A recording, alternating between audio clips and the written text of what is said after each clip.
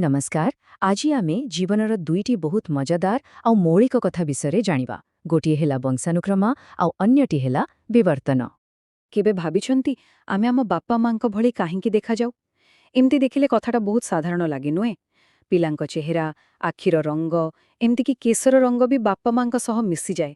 हेले एमती हुए काहिंकी? किंतु कथार आउ गोटे पार्श्व भी अछि। आमे जेते समान दिसिले भी पूरा पूरी तो एका नुहे। ठीक कहली ना? कोनोसी भी दुई जण मनुष्य केबे भी 100% समान हुअंतिनी। तेबे एही समानता आउ एही भिन्नता भितरे लुचिथिबा रहस्यटा प्रकृतिरे कोन? विज्ञान भाषारे एही प्रक्रियाकु ही कुहाजाए वंशानुक्रम बा हेरिडिटी। माने सीधा कथा हला पितामातांको ठारू तांको गुणगुड़िकु पीढ़ी परे पीढ़ी पिलामानंको पाखकु जिबार जो प्रक्रिया सेटा ही वंशानुक्रम। ठीक अछि।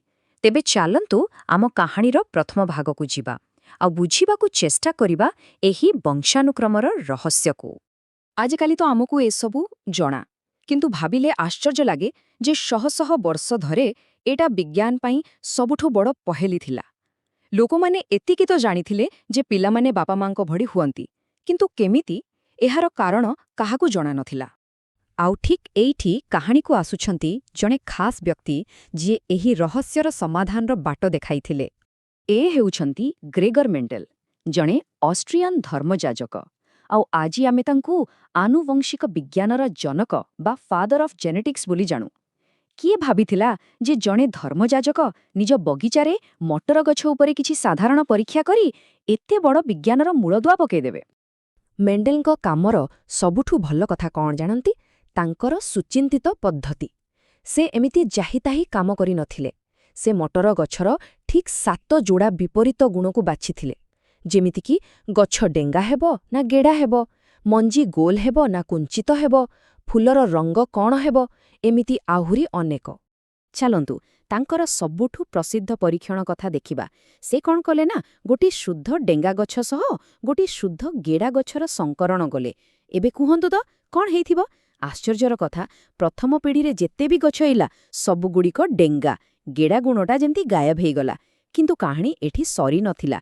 जेतेबेले सेही प्रथम पीढ़ीर डेंगा गछ गुड़िक भितरे पुणी संकरण करागला, द्वितीय पीढ़ी रे किछि गछ डेंगा हेला आउ किछि गछ गेड़ा भी हेला। आउ एइठी थिला सेही जुगान्तकारी आविष्कार। फलाफलटा किछि मने इच्छा नथिला। प्रतिथर द्वितीय पीढ़ीरे प्राय 3टी डेंगा गछ पिछा गोटिए गेड़ा गछ देखागला, माने 3:1। एहा कोनोसी जादू नथिला, एहा पछरे थिला विज्ञान आउ गणित। एही गाणितिक अनुपातकु देखि मेंडेल गोटिए जबरदस्त सिद्धांतरे पहुंचिले।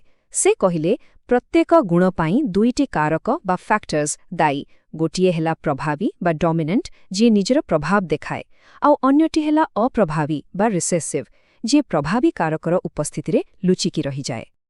तेबे मेंडेल तो मूलधुआ पकेइदेले, किंतु प्रश्न थिला एही कारक गुड़िक प्रकृतरे कौन?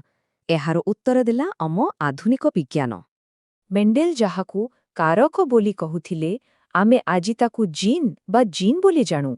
एही जीन ही आम शरीरर सबु किछि नियंत्रण करुथुबा निर्देशनामा। अच्छा, एसबु काम केमिति करे? भाबिनियंतु आम शरीर गोटे बड़ लाइब्रेरी। सेही लाइब्रेरीर सबु बही हेउछि क्रोमोजोम।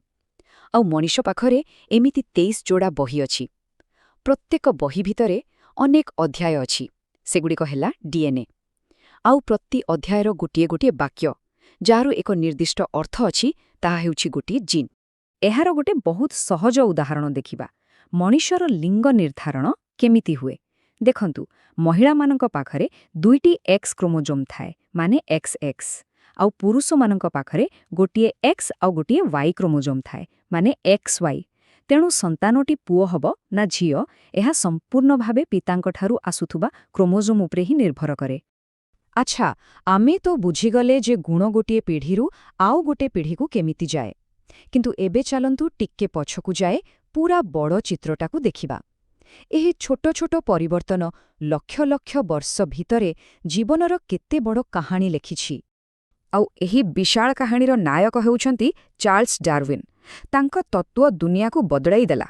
से कहिले जे प्रकृतिरे एक प्रक्रिया चलिछि, जहार ना हेउछि प्राकृतिक चयन बा न्याचुरल सिलेक्शन। ଏହାର ଅର୍ଥ ହେଲା ଯେଉଁ ଜୀବ ନିଜ ପରିବେଶ ସହ ଭଲ ଭାବେ ଖାପ ଖୁଆଇ ବଞ୍ଚିପାରେ ସେହି ବଞ୍ଚି ରହେ ଆଉ ବଂଶ ବଢ଼ାଏ। ଆଉ ଏହି ପ୍ରକ୍ରିୟା ଯୋଗୁଁ ହିଁ ଧୀରେ ଧୀରେ ଜୀବଜଗତରେ ପରିବର୍ତ୍ତନ ଆସେ। କିନ୍ତୁ ପ୍ରଶ୍ନ ଉଠୁଛି, ଏତେ ବଡ଼ କଥାର ପ୍ରମାଣ କ'ଣ? ଡାରୱିନ୍ କ'ଣ ଦେଖି ଏକଥା କହିଲେ? ପ୍ରମାଣ ବହୁତ ଅଛି, କିନ୍ତୁ ଆସନ୍ତୁ ଅତୀତର ଦୁଇଟି ବହୁତ ମଜାଦାର ସୂତ୍ର ଉପରେ ନଜର ପକାଇବା। ଆମର ପ୍ରଥମ ସୁରାଖି ହେଉଛି ଜୀବାଶ୍ମ ବା ଫସଲ୍ସ। ଏହି ଆର୍କିଓପ୍ଟେରିକ୍ସ ଜୀବାଶ୍ମକୁ ଟିକେ ଦେଖନ୍ତୁ। ଏହାର କିଛି ଗୁଣ ସରୀସୃପଙ୍କ ଭଳି ଥିଲା, ଯେମିତିକି ଦାନ୍ତ ଆଉ ଲମ୍ବା ଲାଞ୍ଜ। ପୁଣି ଏହାର ପର ଥିଲା ପକ୍ଷୀମାନଙ୍କ ଭଳି। ତେବେ ଏହା କ'ଣ? ଏହା ଥିଲା ଗୋଟିଏ କନେକ୍ଟିଂ ଲିଙ୍କ, ଯାହା ପ୍ରମାଣ କରୁଥିଲା ଯେ ପକ୍ଷୀମାନେ ସରୀସୃପମାନଙ୍କ ଠାରୁ ହିଁ ବିବର୍ତ୍ତିତ ହୋଇଛନ୍ତି। ଆଉ ଆମର ଦ୍ୱିତୀୟ ସୁରାକ ତ ଆହୁରି ଆଶ୍ଚର୍ଯ୍ୟଜନକ। ଏହା ହେଉଛି ସମଜାତ ଅଙ୍ଗ। ମଣିଷର ହାତ, ଘୋଡ଼ାର ଆଗଗୋଡ଼, ବାଦୁଡ଼ିର ଡେଣା ଆଉ ତିମିର ପହରିବା ପାଇଁ ଥିବା ଫ୍ଲିପର, ଏସବୁ ଦେଖିବାକୁ ଆଉ କାମରେ ପୂରା ଅଲଗା। କିନ୍ତୁ ଭିତରେ ଥିବା ହାଡ଼ର ଗଠନକୁ ଦେଖିଲେ ସେଥିରେ ଆଶ୍ଚର୍ଯ୍ୟଜନକ ସମାନତା ରହିଛି। ଏହା କ'ଣ ଦର୍ଶାଉଛି? ଏହା ଦର୍ଶାଉଛି ଯେ ଆମ ସମସ୍ତଙ୍କର କେବେ ନା କେବେ ଜଣେ ସାଧାରଣ ପୂର୍ବଜ ଥିଲେ। ତେବେ ଏବେ ସମୟ ଆସିଛି ମେଣ୍ଡେଲ ଆଉ ଡାରୱିନ୍, ଏହି ଦୁଇ ମହାନ ବୈଜ୍ଞାନିକଙ୍କ କାମକୁ ଏକାଠି ଯୋଡ଼ି ଦେଖିବାର। ଆଉ ଯେତେବେଳେ ଆମେ ଏ ଦୁଇଟାକୁ ଯୋଡ଼ି ଦଉଛୁ, ଆମକୁ ମିଳୁଛି ଆଧୁନିକ ବିବର୍ତ୍ତନ ତତ୍ତ୍ୱ। ଏହା ଗୋଟିଏ ସରଳ ସୂତ୍ର ଭଳି। ମେଣ୍ଡେଲଙ୍କ ଜେନେଟିକ୍ସ ଯାହା ବିବିଧତା ବା ଭେରିଏସନ୍ ଆଣେ, ତା ସହିତ ମିଶିଲା ଡାରୱିନ୍ଙ୍କ ପ୍ରାକୃତିକ ଚୟନ, ଆଉ ଫଳାଫଳ ହେଲା ବିବର୍ତ୍ତନ ବା ଏଭଲ୍ୟୁସନ୍। ମାନେ ଜିନ୍ରେ ପରିବର୍ତ୍ତନ ଆସେ ଆଉ ପ୍ରକୃତି ସେଥିରୁ ସବୁଠୁ ଭଲ ପରିବର୍ତ୍ତନକୁ ବାଛିନିଏ। ତେବେ ଚାଲନ୍ତୁ ଶେଷରେ ମୁଖ୍ୟ କଥାଗୁଡ଼ିକୁ ମନେ ପକାଇଦେବା। ପ୍ରଥମ, ଆମ ଗୁଣଗୁଡ଼ିକ ଜିନ୍ ମାଧ୍ୟମରେ ପିଢ଼ି ପରେ ପିଢ଼ି ଯାଏ, ଆଉ ଏହାର ଏକ ନିର୍ଦ୍ଦିଷ୍ଟ ନିୟମ ଅଛି। ଦ୍ୱିତୀୟ, ଏହି ଜିନ୍ରେ ହିଁ ଛୋଟ ଛୋଟ ପରିବର୍ତ୍ତନ ଆସେ, ଯାହା ବିବିଧତା ସୃଷ୍ଟି କରେ। ତୃତୀୟ, ପ୍ରକୃତି ଏହି ବିବିଧତା ଭିତରୁ ସବୁଠୁ ଭଲ ଗୁଣକୁ ବାଛିଥାଏ। ଆଉ ଶେଷରେ ଏହି ଦୁଇ ପ୍ରକ୍ରିୟା ଲକ୍ଷ ଲକ୍ଷ ବର୍ଷ ଧରି ଚାଲିବା ଫଳରେ ହିଁ ଜୀବଜଗତର ବିବର୍ତ୍ତନ ହୁଏ। ତେବେ ମେଣ୍ଡେଲଙ୍କ ମଟର ବଗିଚାରୁ ଆରମ୍ଭ ହୋଇଥିବା ଏହି ଯାତ୍ରା ଆମକୁ ଡାରୱିନ୍ଙ୍କ ମାଧ୍ୟମରେ ଜୀବନର ବିଶାଳ କାହାଣୀ ପାଖରେ ପହଞ୍ଚାଇଦେଲା। ଗୋଟିଏ କଥା ତ ସ୍ପଷ୍ଟ, ଜୀବନ କେବେ ବି ସ୍ଥିର ନୁହେଁ। ଏହା ସବୁବେଳେ ବଦଳୁଛି, ବିବର୍ତ୍ତିତ ହେଉଛି, ଆଉ ଏହା କେବେ ବି ଅଟକିବ ନାହିଁ। ତେବେ ଶେଷରେ ଗୋଟିଏ ପ୍ରଶ୍ନ ରହିଲା, ଆଗକୁ କ'ଣ? ପୃଥିବୀରେ ଜୀବନର ଭବିଷ୍ୟତ କେଉଁ ଦିଗକୁ ଯାଉଛି?